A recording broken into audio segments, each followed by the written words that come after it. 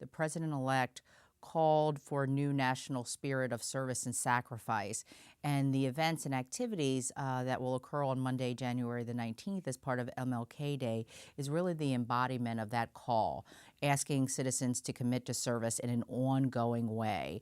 First, I think best articulated by Senator Harris Wofford, who was the co-founder of the MLK Day and who's such a leader in the service movement, was that this day was not only to honor Dr. King's legacy, but to honor ourselves in a very personal way. And the hope would be that this becomes a national day each and every year where citizens reclaim their power and commit to doing something every day of the year instead of just one day of the year. We're really expecting hundreds of thousands of citizens, not only in Washington, D.C., but throughout the country and indeed throughout the world, to do something to serve those around them. And we believe that this is a beginning of an ongoing drumbeat of service that will continue well past this administration. And I think it is not the transitions or the president-elect's idea to tell people how to serve, but to make it clear that there are many ways to serve and that you can serve on many fronts.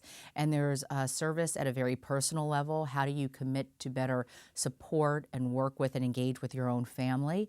There's also service to your community, whether it's performing an energy audit for one of your elderly neighbors or going to a soup kitchen to support the homeless or those less fortunate, or really committing to a problem that's confronting our nation. So again, service is multifaceted. It is a light touch, it is a deep touch, but I think one of the most important things to remember is the president-elect's call for a commitment to an ongoing engagement in service. During this current moment of financial meltdown and economic crisis, there's been a lot of talk about financial capital, but I think what the president-elect and his administration hope to get across is the sheer power of human capital. And that's what citizens collectively bring to bear in solving some of our toughest problems. So whereas we sometimes can get myopic in terms of the focus on financial capital, don't forget the power of human capital to identify problems, to take them on, and to ultimately solve them. A really tangible example of the way in which service can combat poverty in this country is the engagement of service directed towards the dropout crisis in this country. Nearly 1/3 of public high school students, and in the African American, the Native American, the Latino community, it's more like nearly a half of these students fail to graduate from high school on time.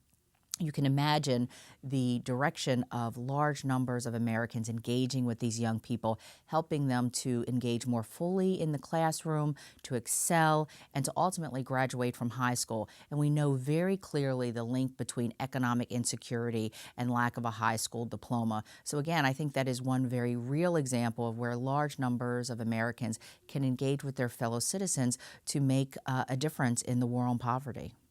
Again, I think going back to the idea that individuals can solve their own problems, and the idea that the role of government is to support individual citizens in executing on those solutions in their own community, I think is a very powerful message. And I think on Monday, January the 19th, we're going to see the beginning of that movement of citizen action.